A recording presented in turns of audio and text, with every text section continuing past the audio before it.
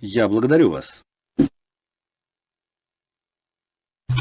Модератор Таджигуль Бегмедова, Туркменский Хельсинский фонд по правам человека. Уважая ваше время, я сокращу свое выступление, потому что оно будет висеть на сайте, до рекомендаций. Дело в том, что мы считаем, что до сих пор все, что говорилось по Туркменистану, принималось как шутка, игра. Да неужели у вас вот так вот? И на самом деле, на примере Туркменистана, авторитарные режимы окатывали возможность протолкнуть это вот в этих странах, которые мы сейчас с вами говорим. Это кризис. Кризис произошел не случайно, он не произошел в один момент. Этот кризис накапливался в течение нескольких десятилетий. Наша организация уже в следующий год будет 20 лет, как пытается зарегистрироваться в своей родине, на своей родине, в своем Туркменистане. И это кто не поддерживает из стран региона ОБСЕ. Говорят, да, это, знаете, Туркменистан имеет свои права и так далее, так далее. Вот эта политика, я предлагаю вам, рекомендация наша, откажитесь от политики тихой дипломатии. Откажитесь уже, возьмите политическую волю в свою кулак и покажите, что такие страны, как Туркменистан, Узбекистан, Беларусь и так далее, это будет накапливаться и накапливаться до такой степени, что приведет к еще большему кризису. Мы предлагаем отказаться от этого, во-первых. Во-вторых, вот недавно представитель ЕС посетила Центральную Азию, в том числе и в Туркменистан, и как отчитывается, встретилась со СМИ и НПО. Какими НПО? Где эти НПО в Туркменистане? Нету их там. Есть Гонга, есть представители официальных организаций, марионетки, которые пляшут и поют песни только в честь режима. И они боятся дышать даже, не то что там критиковать во время таких собраний и совещаний. Это одно. Второе. Мы предлагаем вам, когда ОБСЕ отправляет туда своих делегатов на встречи с чиновниками и так далее, это уже продолжается десятилетия, и ничто не происходит. Чиновники приходят просто отдохнуть от своей работы, пить кофе с вами, и все, никакой реальной картины не меняется. Обратите на это внимание. Хватит уже плясать под их дудку и здороваться с такими диктаторами, которые просто показали сейчас всему миру, что нельзя с ними цацкаться. Нельзя. Пора уже проявить свою политическую волю. Спасибо. Thank you. Благодарю вас.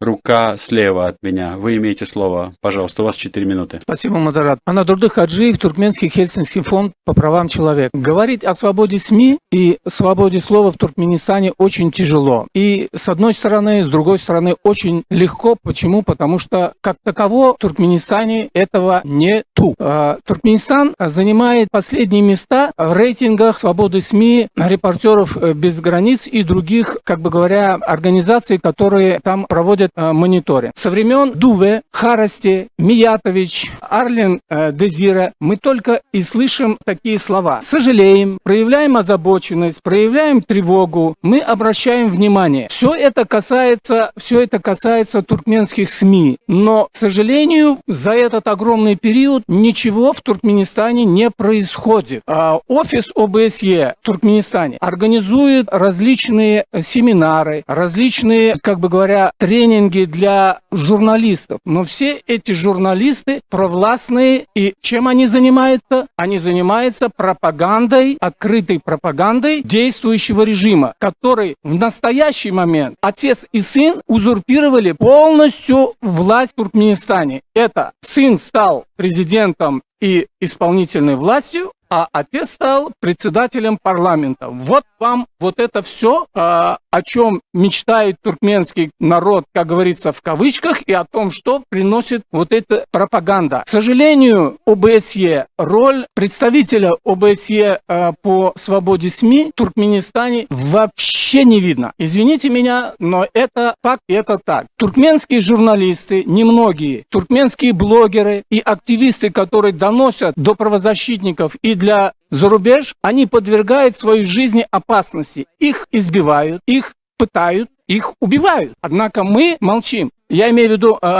происходит молчание со стороны как Европейского Союза, так и других структур. Мало того, когда диктаторы приезжают в Германию, Австрию, Францию и встречаются с канцлерами, президентами, что начинается? Начинается запрет задавать журналистам вопросы, неприятные этому диктатору. Вот до чего мы доходим, понимаете? И это мы говорим о войне. Война началась в 91 году, когда развалился Советский Союз, война демократии и свободы слова, и когда на волне вот этого распада к власти пришли диктаторы, и мы все в течение 30 лет уговариваем их.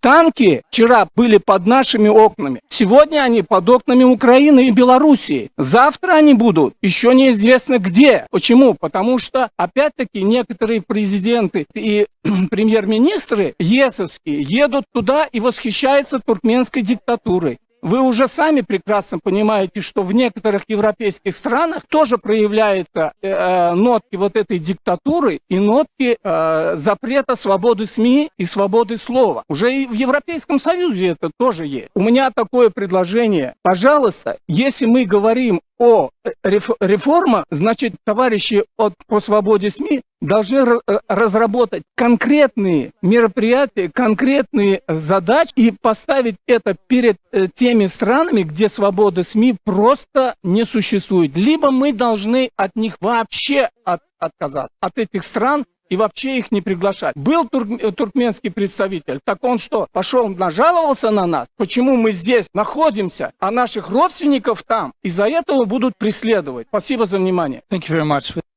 Большое спасибо за это мощное выступление. Конструктивная критика и рекомендации наличествуют в нем.